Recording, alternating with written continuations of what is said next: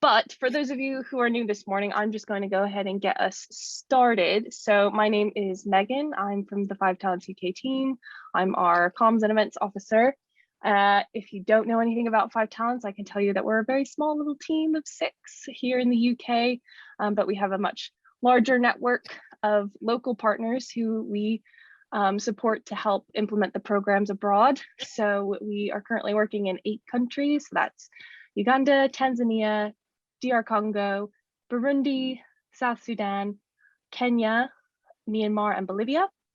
And we work through local partners, and in those countries, they set up small savings groups within local communities, often within small churches, where communities come together and they what we say is they learn, earn, save, and invest. So they'll start with some literacy and numeracy training, and then they'll move on to saving and loaning within their group. They'll save and loan within a little communal pot. And when their savings reaches a certain amount, they will loan that savings to one another so that they can invest in some small businesses, which help sustain their families.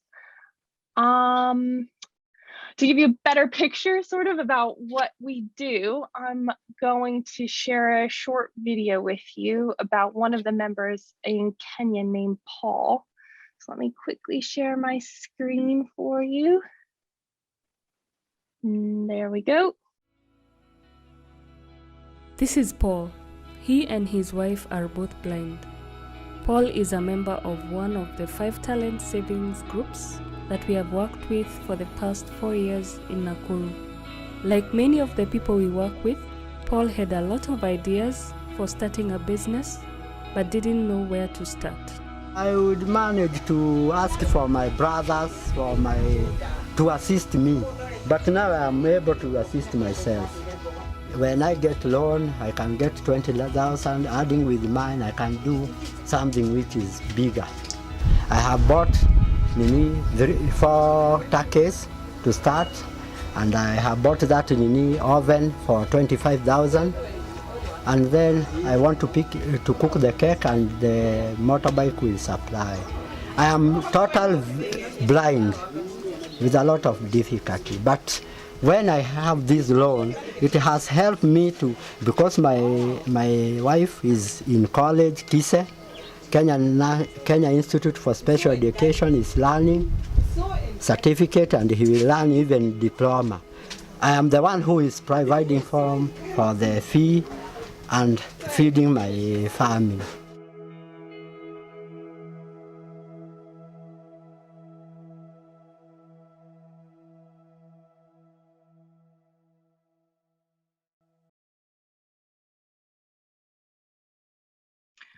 Right, so there you have it. That's Paul. He's one of the members in Kenya who joined a savings group. Oh, I just hear, sorry, I hear audio in the background. I think that's there we go. Excuse me, sorry. So that was Paul, our member in Kenya. The reason we wanted to share his story with you this morning is because Paul is in fact a baker, and this morning we're going to hear from Ed Perry from Cook, which is the light little tie-in there that we have. So I'm going to go ahead and throw it over to Ed to introduce himself and tell us a little bit more about Cook and the work that he's doing there. Good morning, Ed. Thank you, Megan. Good morning. Hi, everybody. Pleasure to be here with you this morning. And I'm just going to talk very briefly a bit about Cook and the last 25 years since we got going.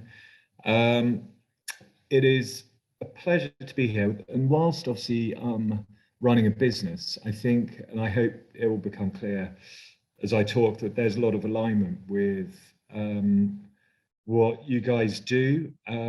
We believe passionately in the principle that business can be used as a force for good, and how commerce can help change lives. It sits right at the heart of what we do. So I think, yeah, whilst we're a business and that you're a charity, that there is definitely alignment there. So I'm just going to whiz through. It's going to be a real whistle-stop tour of the last 25 years, just to give you a sort of broad flavor of what we've done, basically. So for those of you who don't know Cook, I founded the business 25 years ago with my friend Dale. We've now got 1,600 people that work for us. We've got sales of about 90 million. We are, of those 1,600 people, most of those people either work in shops or work in our kitchens.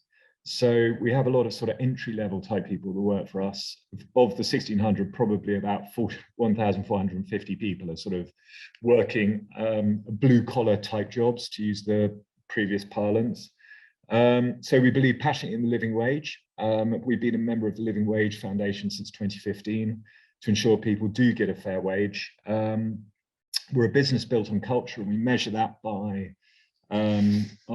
we've been part of the best companies to work for, Sunday Times, since 2012, and we're the best food and drink company to work for.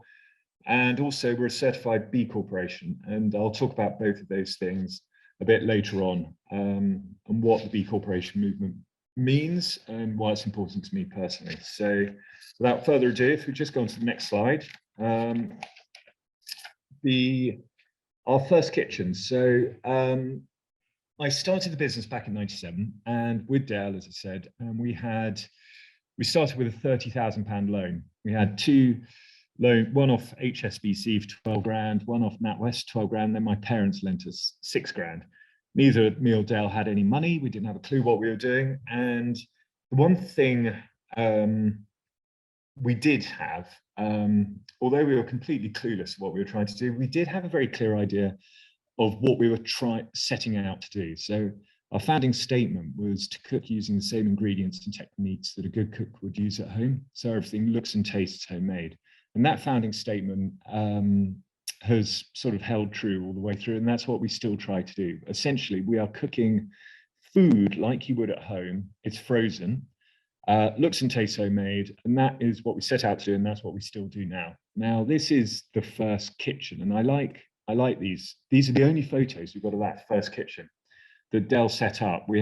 I gave him a budget of 18 grand to get it going. And as you can see from the photos here, the buildings were just, I mean, it was just falling down, completely falling down. And in fact, it was due to be demolished to become a McDonald's drive-through. But we managed to get a short-term let. It cost us 50 quid a week.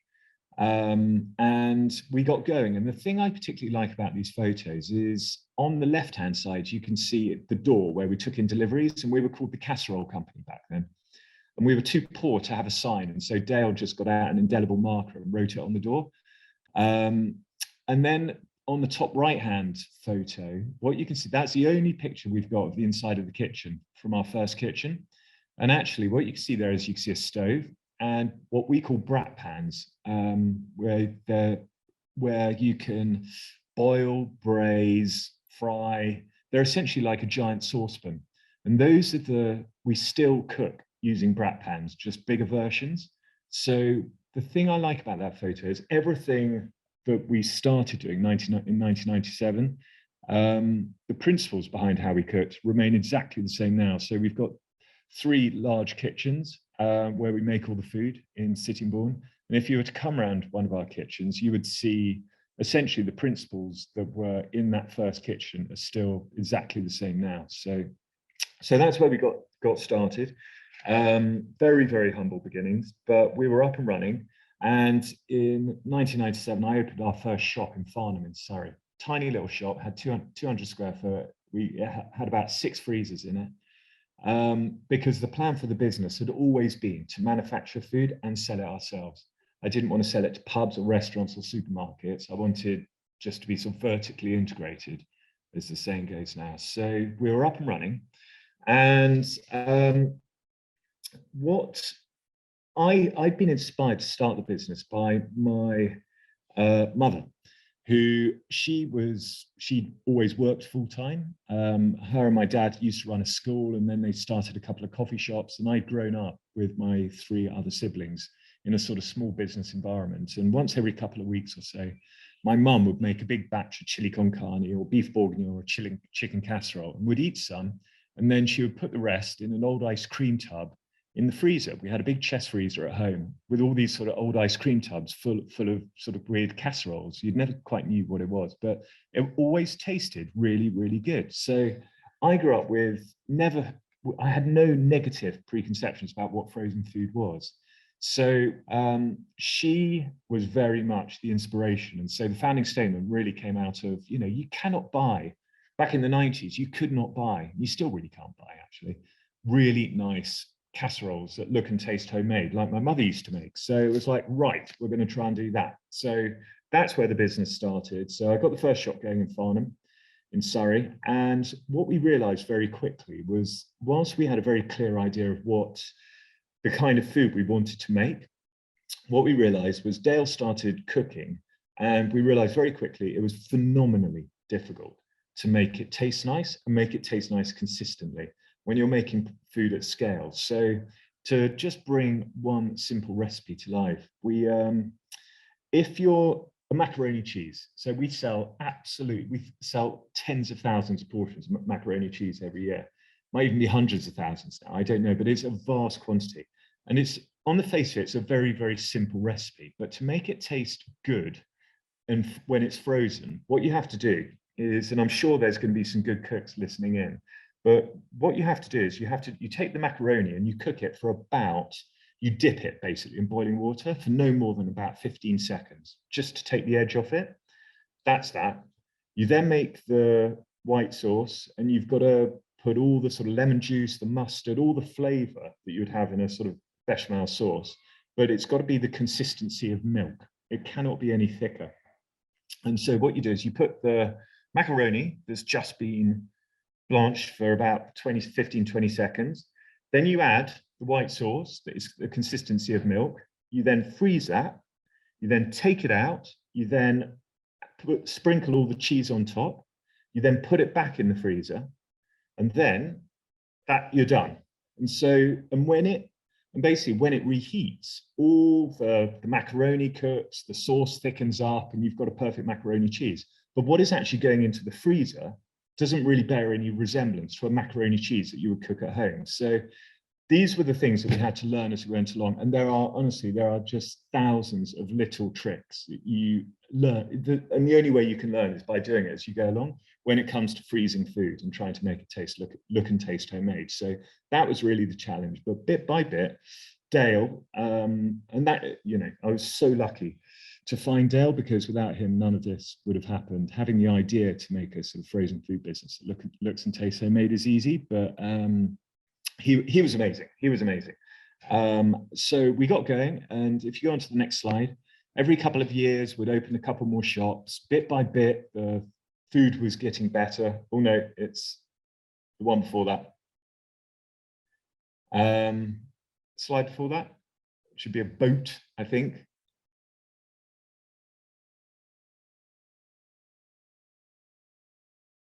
Oh, don't worry. Sorry, Ed, I've skipped some somehow. It won't seem to. Don't worry.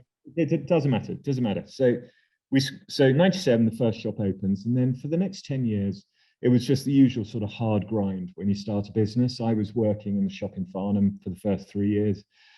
I think I was working 6 days a week, and I think I had 1 week off in 3 years. And it's, old-fashioned entrepreneurial hard work. We didn't have any money. But bit by bit, the food was tasting better. Customers were coming in, and crucially, during that period, and particularly the early 2000s, those were the days when you could borrow any amount of money off the bank that you wanted. So we did. We just borrowed and borrowed and borrowed. We weren't making any money, but we just kept borrowing money and opening more shops. And every year we'd open a couple of shops. And we got through to 2008, and we'd borrowed lots of money to build a big new kitchen. And we opened lots of shops in 1 year, in a terrible hurry.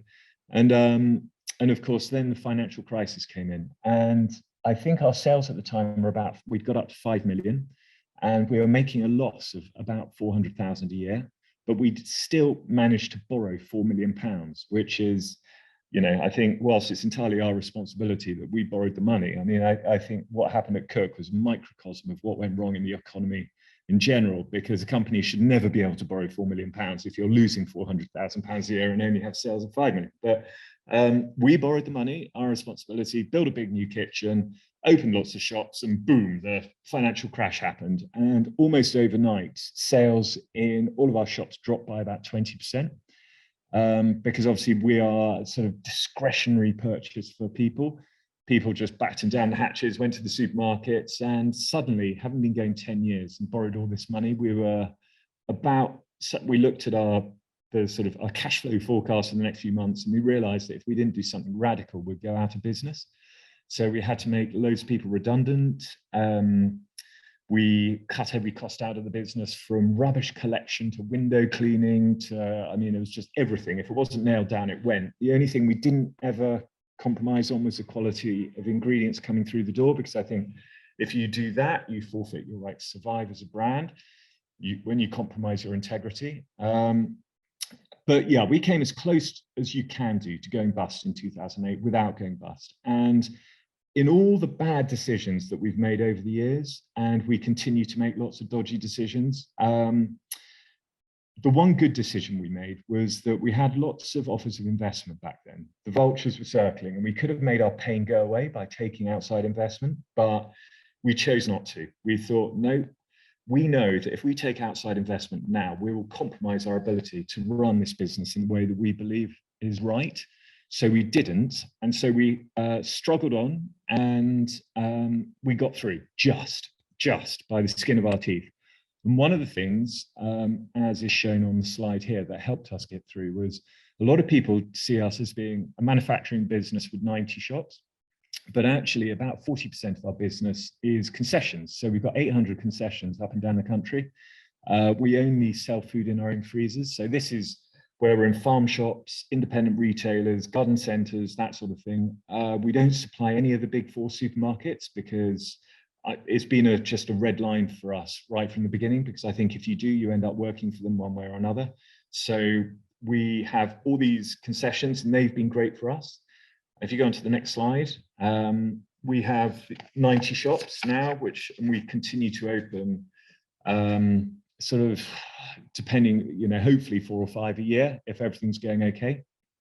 And we believe in the principle of high street retailing being, a part of the communities in which we operate. We have been, since COVID started, we've started a kindness fund where each of the shops has a local charitable partner, and we've given away, I think it's up to about 280,000 meals so far, directly with people working in their communities that know where the need is greatest.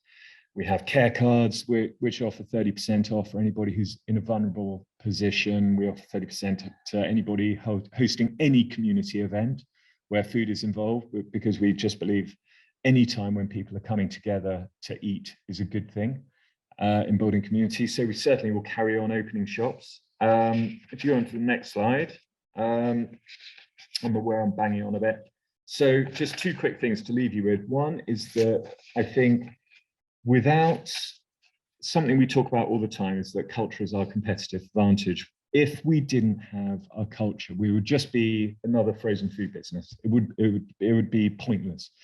There would be no difference in our food between M&S or Waitrose or anything. There'd be no reason for us to exist. And the only reason the food tastes better is because of our culture. And that culture is built on the values within the business. I think a lot of people, a lot of organizations talk about values, and it doesn't mean very much, but at Cook, it means absolutely everything. We hire and fire by the values. We do all our recognition by the values. We have no financial incentives in the business whatsoever, no bonuses or anything, because we believe it drives the wrong behavior.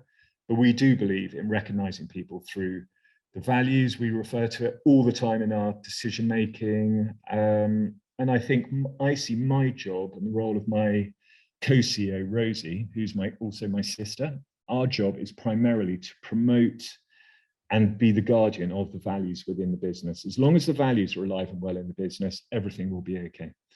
And finally, my final point, if you go on to the next slide, Megan, is this idea of where I think we're very aligned with Five Talents, is this idea of using business as a force for good.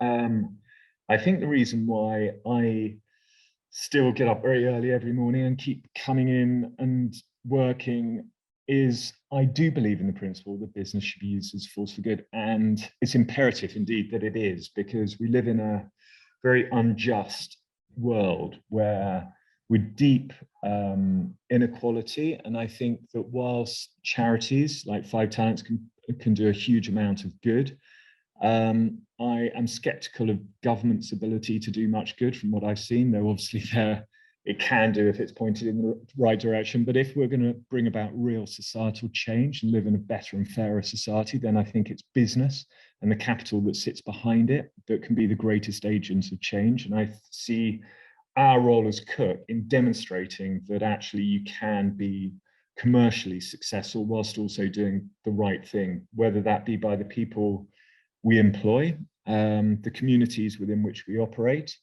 the environment. So we have a whole array of different things that we do at Cook. So to demonstrate that actually by our existence and by our growth, that we can do the right thing, we can be a force for good in society. So we are still privately owned. As to the future, who knows, I just turned 50, so I'm having a sort of pretty standard midlife crisis, but I think I'll have it under control at some point in the next year or so. But I think, yeah, we're gonna keep going. We'll stay private. We'll grow a bit. Being the biggest company just holds no interest in me whatsoever. Being the best company and giving the most back is enormously interesting to me. And hopefully if we can do the right thing, then hopefully others follow, and we'll see what we're doing and can actually see, well, you know what, you can actually be successful commercially and financially and do the right thing. So if we can provide a small amount of inspiration for others, then that's good enough for me. I think that's it. And I definitely went over 10 minutes, didn't I? But there we go. Thank you, Ed. That was really great. I had quite a few questions pop into our chat box. For anyone else, please do feel free to pop your questions there. I'm gonna try to collate these in a way that makes sense. But let me find our first one. Ed, someone's asked that you talk a little bit more about the Kindness Fund, and can you talk a little bit more about the idea to set that up? So when lockdown started back in March 20, we'd seen in the few weeks prior to lockdown, the sales in our shops had just gone through the roof. We have been one of the fortunate companies through pure dumb luck to be in the right kind of business to benefit. And so sales went shooting up in our shops. And we sat down when lockdown started, and we just thought, wow, okay, we were hearing on the phones in our customer care team, we were just getting because we were running out of stock, and we were getting so many people on the phone where we've always been important to people, but we suddenly it felt like a lifeline to people, keeping people fed. And we just became acutely aware of the huge need out there. And we thought, well, based on the values that we have as a business, we're very busy and stuff, but we need to be doing something. What do we do? We've got clearly something that people desperately need at this time, which is food, frozen meals that are wholesome and nourishing. And we just need to give food away. And so we just started we sent out, I think, on a customer newsletter, we said, look, we want to give food away. Simple as that, just come in. And if you are aware of a need, we will give you food. And so it really started just straight away as right, let's just give, because it feels like the right thing to do. And then what's happened over time and that was really effective. And there were loads of brilliant stories that came in. And so as the lockdowns eased and stuff began to return to sort of a form of normal last year, we just thought, actually, we want this to be a legacy of the extraordinary time we went through. And so we decided to keep it, but using it as more focused. We thought, well, the people in the shops, they know where the need is. They're best placed to link up with local charities rather than it being something organized centrally. Let's ask the shops to figure out, who is the best charitable partner in your area, and we'll do it like that. So we empower the managers to build the relationships with those people they've got to know actually often during the first lockdowns. And and so we've just carried on doing it, and that will carry on forevermore, I think. And it's just been a cool thing. Thank you. on a slightly different note, not related to the kindness fund, but so is there anything you wish you would have done differently? Obviously, you guys hit some hard times in the financial crisis, but it doesn't have to be about that, does it? Anything I wish I'd done differently? I mean, look, there's probably about 8 things this week I wish I'd done differently. It's constant mistakes. Anything I wish. So, yeah, I mean, it's impossible to answer that because, like I said, the mistakes thing is real. It's just a constant. The advice when I talk to emerging businesses now, and often people come to see me and talk to me and stuff, is I think that where companies and organizations tend to go wrong as they're growing is that they get, and it was certainly true in our case, is getting distracted by shiny things on the side. So you set a path and you going, right, we want to achieve X, Y, and Z. And then you suddenly go, oh my word, A, B, and C, that looks quite interesting. Maybe we can do that as well. Maybe we can, that feels a bit more interesting than what we're doing at the moment. And I think that is where all our biggest mistakes have happened, when we have got distracted and we have stopped doing what we set out to do. And whilst innovation and ideas in a business is important, they should be, or any organization, the ideas and innovation should be within a framework that has been agreed. Random ideas on the side tend to be bad ideas. So yeah, most of the mistakes, most of the things I regret is where I've got distracted. So the biggest one was about 5 years ago, actually, when I was seduced by the idea of opening in Seattle in America, and some partner came along and it all sounded quite interesting. And I went over there and it was all very glamorous, and I got 4 kids, and it was the idea of being away from them for a couple of days at a time, going to Seattle, was quite attractive for the time, if I'm honest. So we did it, and actually it was commercially quite successful. But, suddenly the glamour of traveling, to Seattle with the time difference, and I think it was on my 5th trip, I suddenly realized this is completely mad. We're a small private company still, relatively small private company, and we've got so much opportunity in the UK. Why are we in Seattle? It was just bonkers. And so, yeah, so that was the end of that. So yeah, that's it. Someone else has asked why the brand name change from the casserole company. So originally we had the production side of the business. So yeah, I should probably say in our shops, about 95% of what we sell in our shops, we make ourselves. It's only specialist things like, I don't know, naan bread and stuff that we don't make ourselves. But so we are very much, we make and we sell. And so we originally called the Casserole Company, and our shop business was called Cakes and Casseroles. And when we got to 2000, it was felt, I'm not sure I agreed at the time, but I ran the business with my brother from 2000 to 2008, but Cakes and Casseroles was a bit twee, and it didn't quite reflect the breadth of food that we wanted to make and sell. It was a bit too specific. And so we changed the name to Cook, which was my wife's idea. And Cook has sort of stuck. And I think there was a time actually when we slightly regretted calling it Cook, and we felt we would have been better off putting our names above the door, because I think if you Perry and Penfold, as in me and the chef, because I think there's something with the food business in particular, if you put your name above the door, that's quite powerful. But we never quite got around to changing it. So Cook it is, and quite happy with it. I quite like it now. I didn't for a while, but I do now. Okay, next question. Someone said they're quite interested in the management of risk, both in charities or businesses. What do you think enables you to manage risk well? Almost going bust helps. So, I mean, seriously, so our management of risk up until we almost went bust was woeful. We're all pretty glass half full, and we thought nothing could ever really go wrong.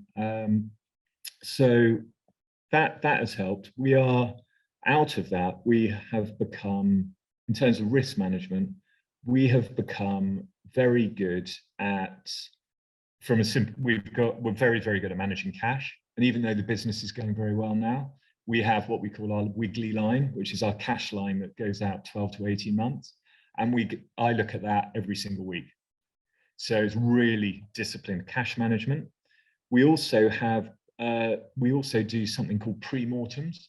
So if we've got a project, we'll then look at, okay, if we're going to do this project, what is the worst thing that can possibly happen in that project? And really try and sort of play it out. So we're really exploring the risks in it. And anytime we make a decision on anything, we always, I think, mastering the ability to what is the relative upside versus the relative downside. Because often in businesses, I think that people, when you look at those sort of strategic decisions carefully, whilst an idea can seem really fun and really interesting and what have you, when you really think about what the potential upside of it is, often the upside can be quite marginal, whereas actually the downside can be quite significant. So being good at measuring relative upside and downside, I think, is a big thing.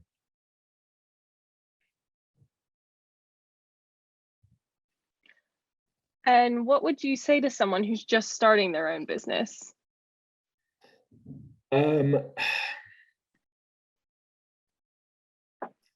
If someone is starting their own business, I think it's very difficult to succeed unless you are prepared to make it your whole life. I think it's so difficult succeeding in business. You know, the stats speak for themselves. I think it's only 1 in 10 businesses get through the first 3 or 4 years or something. And I think you do have to allow it to be pretty much your whole life. You know, you wake up thinking about it, you go to bed thinking about it, you think about it in between, you think about it at the weekends. You know, I think it's a very, very difficult thing to do if you're starting a business and you've got a young family, for example. I think when I was 25 when I started this and didn't have my first kid until I was 33. I think it's a very, very tough thing to combine with small children. I think other things is something that's been enormously helpful to me over the years is I've had mentors all the way through. I'm on my 5th, I think now.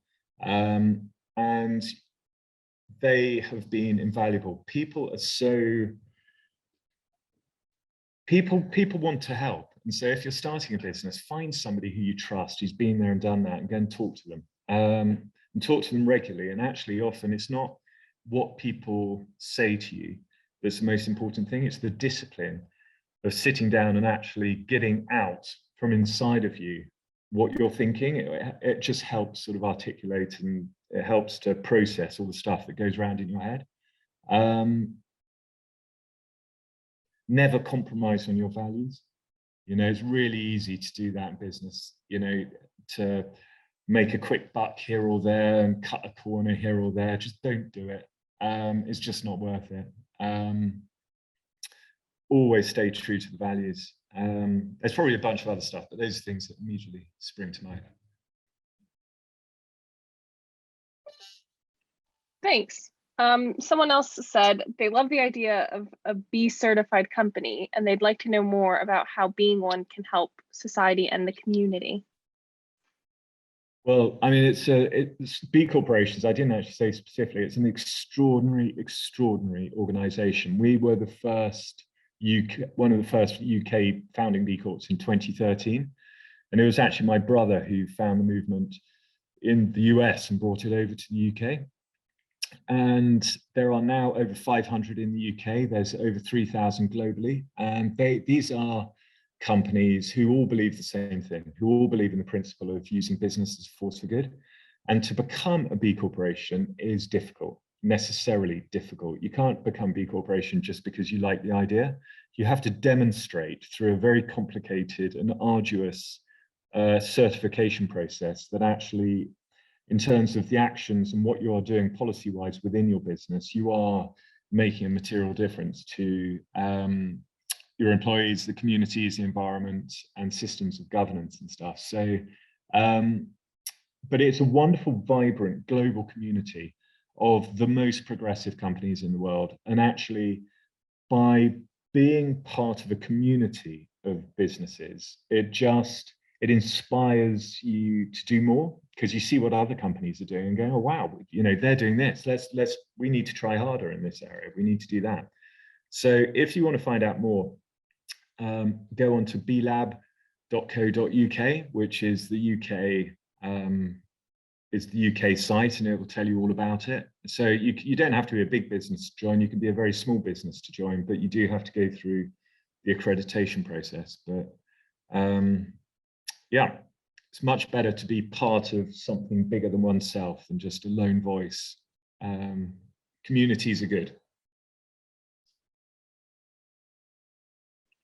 Speaking on that sort of, someone's asked, what are you most proud of? Well, what am I most proud of?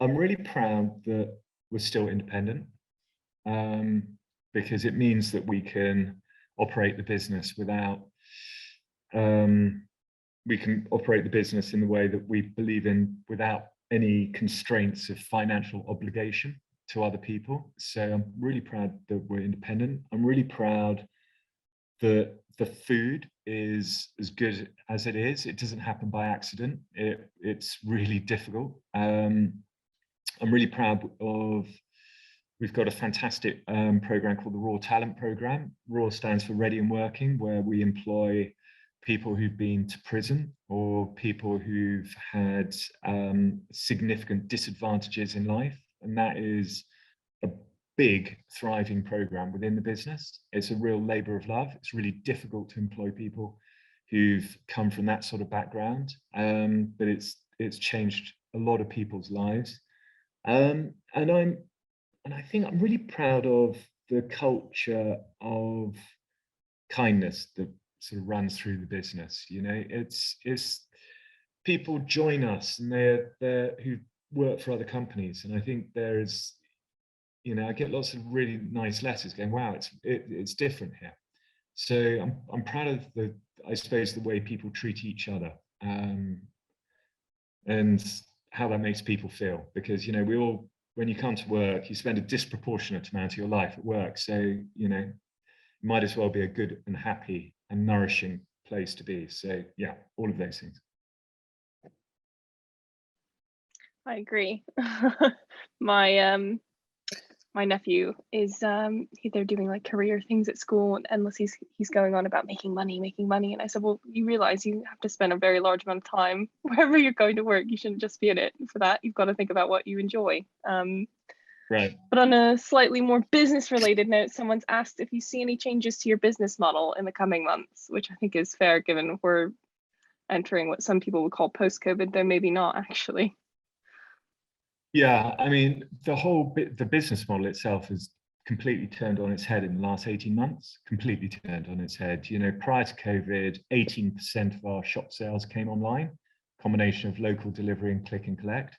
And as of now, it's 50%. Prior to COVID, we set out a plan, actually, that we knew that was a sort of broad direction of travel, but we thought it would take 5 years. And it happened in a matter of 6 months. So the huge switch to online is the main thing. Outside of that, so basically we see the next 5 years really about becoming a really good digital business. I can barely turn on my computer, and so all of this represents a pretty big challenge for me. I've sort of grew up working in shops. I understand shops. I'm good at shops, but actually, this is all about building digital relationships with customers. And if you're not going to be a digital business in the 21st century, you're not going to be a business at all. So the business is becoming. So the business has to change. Offering really great hospitality in our shops and stuff is still important, but it's not the be all and end all that it once was. We've just got to become a really good digital business, and we're pretty good at the moment. And we've got some really smart young people working for us now. We talk about stuff I really don't understand, but you know, we need to get better. We need to get better at being a digital business. And Cook has created clearly such a culture of kindness. Your employees say it's clear in what you're doing for the communities where your shops are located. But someone else has asked what inspires you or what motivates you to help others? What motivates? I think it's a combination of things. Where it came from in the first place, I think I would again go back to my parents. My mother in particular. We grew up, my parents have always been committed Christians. We always went to church, and mum would hoover up, as we used to call them, the waifs and strays from church. So at Sunday lunch, there would always be who knows who sitting around the table. And both my parents were always exceptionally kind to people.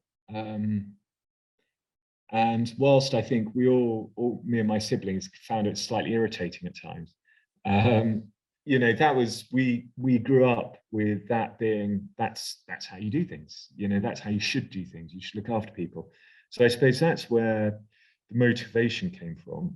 And I think then you start doing that as a business and you see the difference it can make in people's lives, and it provides such joy and satisfaction that's all the motivation you need to carry on doing it, basically. It's so much more rewarding than making money, that's for sure. So that's enough.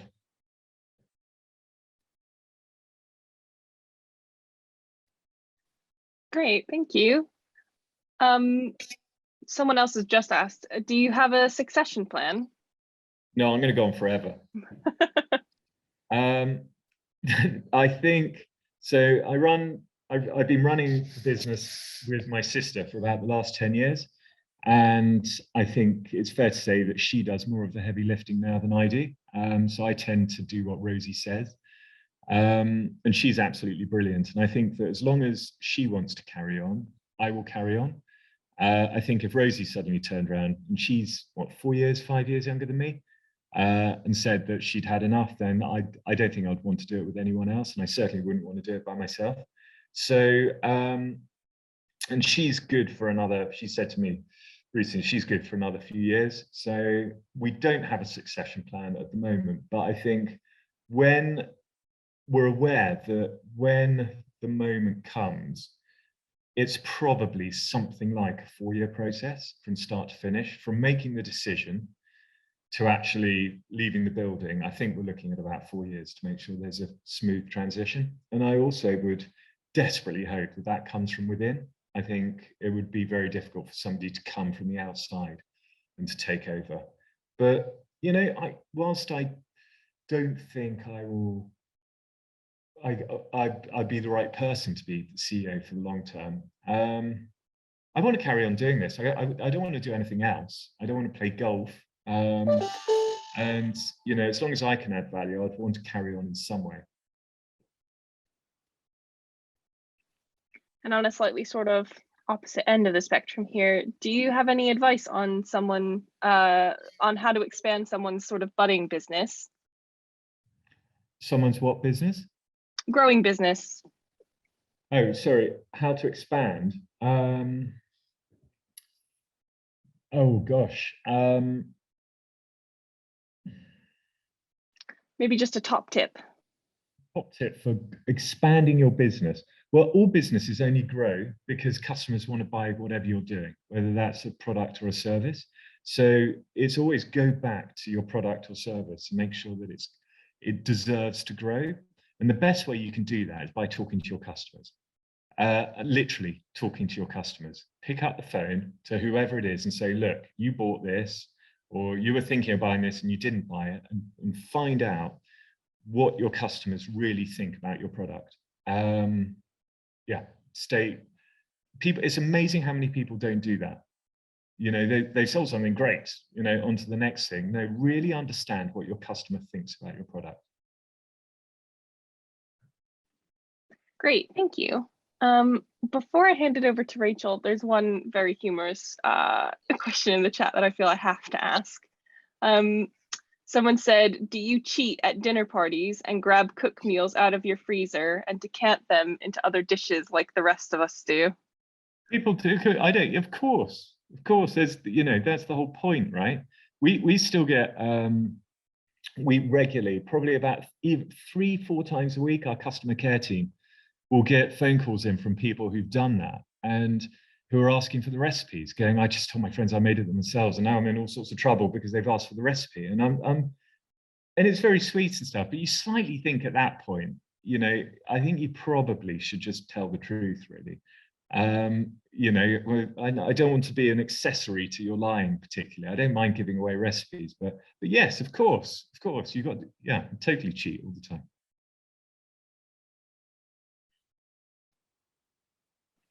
That's great. Thanks so much.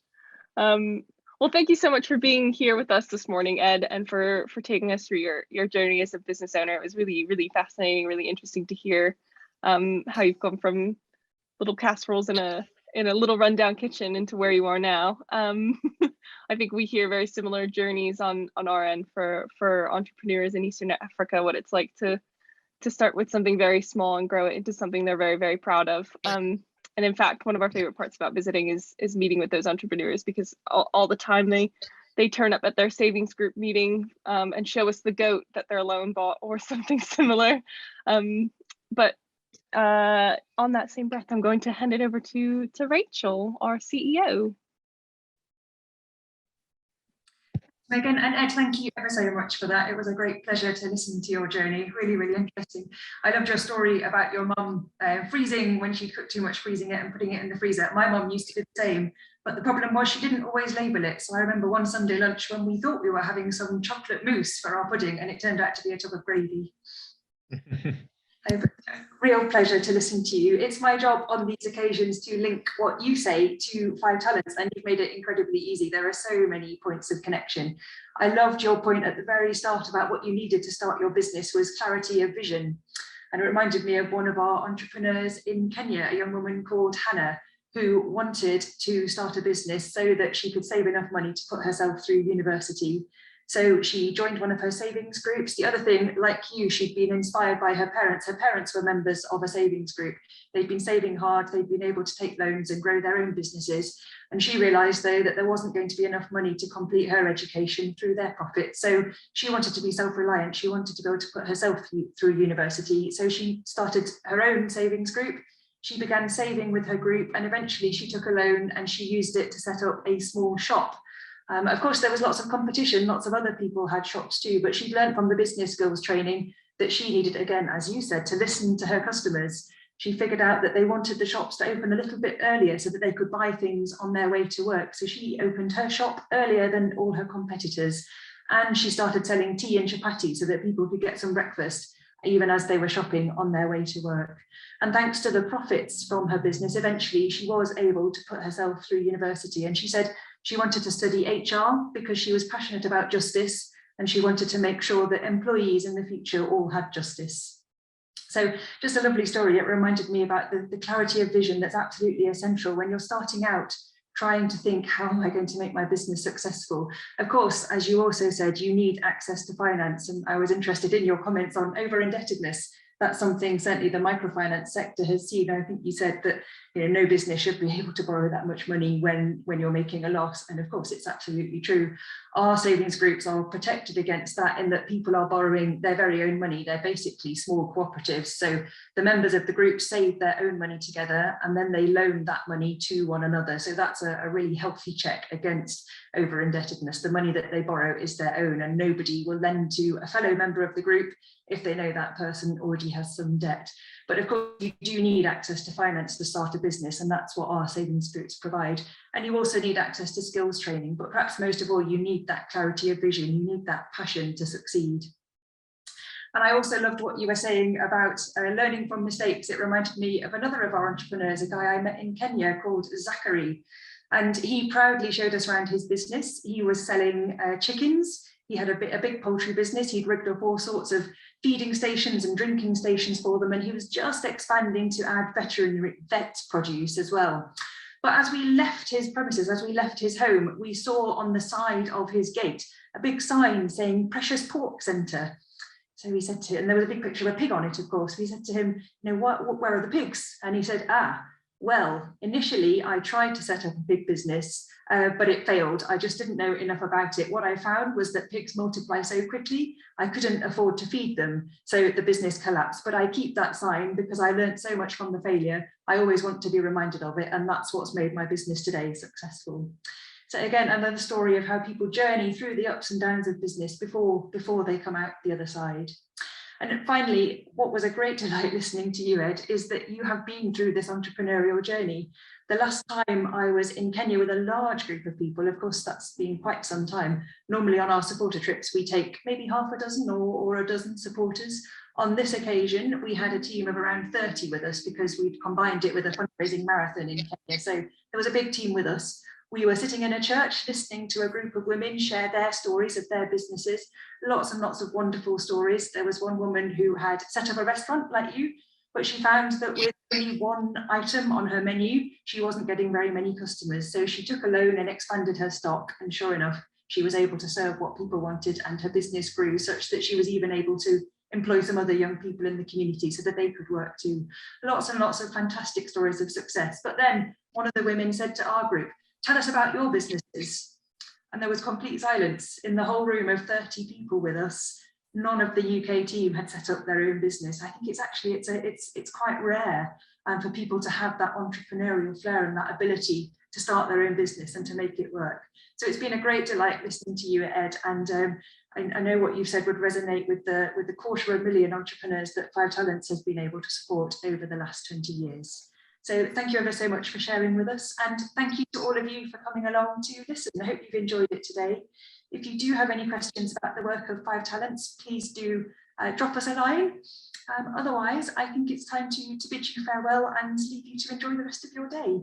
So let me close by saying a huge thank you again to Ed, and thank you to all of you for joining us.